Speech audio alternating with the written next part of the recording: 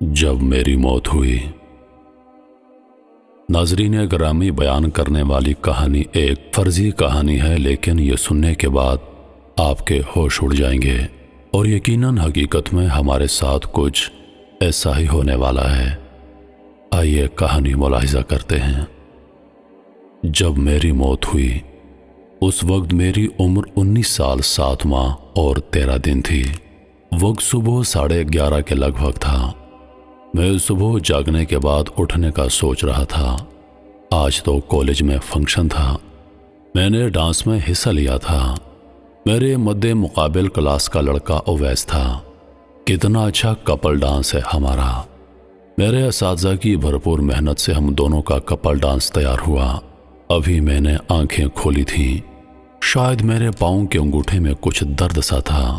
हल्की सी जंबशदी पर मेरी चीख निकल गई। मुझे बहुत तकलीफ हुई। सोचा उठूं देखूं तो क्या हुआ मेरे पाँव के अंगूठे को, और यह मुझसे उठा क्यों नहीं जा रहा। अभी यह सोच ही रहा था कि अंगूठे से पाँव के तलवों तक दर्द बढ़ चुका था। मैंने सोचा आज तो मुझे कॉलेज में डांस करना है। मेरे पाँव का दर्द क्यों बढ़ रहा है। मुझे क्यों लग रहा है जैसे मेरे पाँव को कोई काट रहा है। उफ, ऐसा लगता है जैसे खून निकल रहा हो। अम्मी जान, ये मेरे मुंह से आवाज़ क्यों नहीं निकल रही। दर्द की शिद्दत मेरे पाँव के टखनों तक पहुंच गई। बाबा मुझे उठाइए। कल सिदरा बाजी ने पता नहीं कितने पैसे निकाले हैं मेरे पर्स से, मैंने गिने नहीं। भाई ने भी तो मोबाइल कार्ड के पैसे लिए थे मुझसे। उफ, ये दर्द बढ़ता क्यों जा रहा है। मेरे डांस का क्या बनेगा।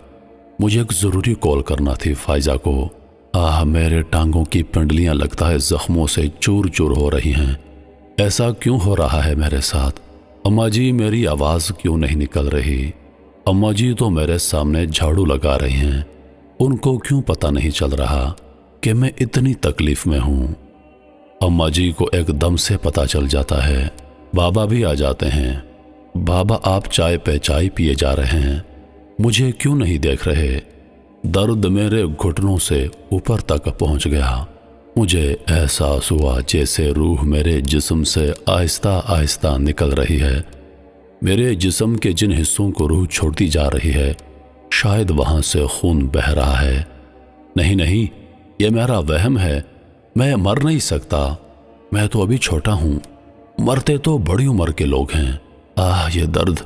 अम्मा जी, आपको मेरी तकलीफ नज़र क्यों नहीं आ रही। मेरे इर्द गिर्द चल रहे हैं सब, मुझे क्यों नहीं देख रहे।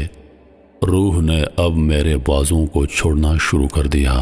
उफ, मेरा मोबाइल कहाँ होगा। मैं उसे पकड़ सकूंगा या नहीं। मुझे क्यों लग रहा है जैसे मुझे कोई तलवार से काट रहा है। अब आंसू मेरी आंखों से तेजी से बहने लगे। मुझे बहुत शिकवा हुआ। मेरे माँ बाप जिन्होंने हर सर्दी गर्मी से मुझे बचाया, आज मुझे कैसे इग्नोर किए हुए हैं। कैसे माँ बाप हैं मेरे। क्या मैं मर रहा हूँ। नहीं, लोग मरते नहीं, हमसाए मरते हैं, बूढ़े मरते हैं। हम नहीं मर सकते। आंसुओं से भरी हुई आंखों से मुझे अब कुछ दिखाई नहीं दे रहा था। कहीं मेरी नज़र तो नहीं जा रही। रूह मेरे जिस्म का साथ छोड़ रही थी।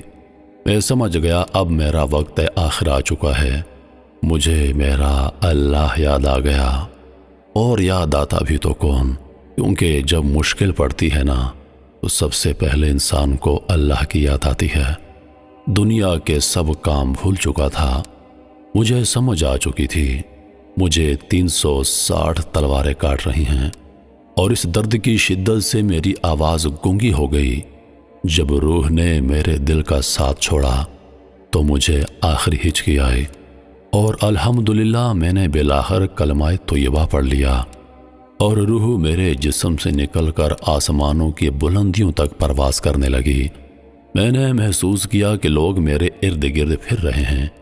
किसी ने शायद मेरे जिस्म को झंझोड़ा तो मुझे बेहद तकलीफ हुई। मुझे लगा जख्मों पर लोग वजन डाल रहे हैं। उफ, रोने का शोर मुझे बहुत अजियत दे रहा था। काश कोई मेरे पास आकर अल्लाह का कलाम पढ़े।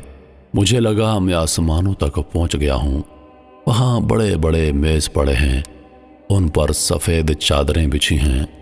बहुत बड़े बड़े रजिस्टर भी वहां पर देखे मैंने। कौन है ये?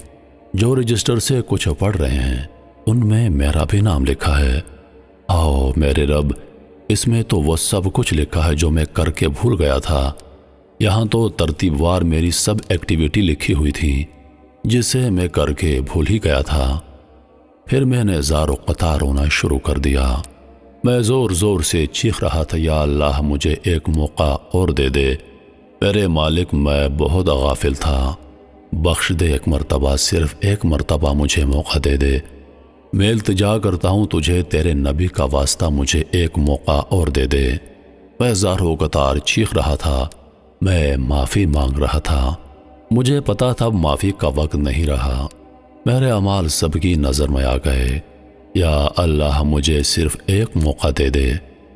روتے ہوئے جب ہچکی بند گئی تو مجھے ماں کی محبت بھری آواز آئی، بابا کا شفقت بھرا ہاتھ میرے شاید سر پر رکھا گیا۔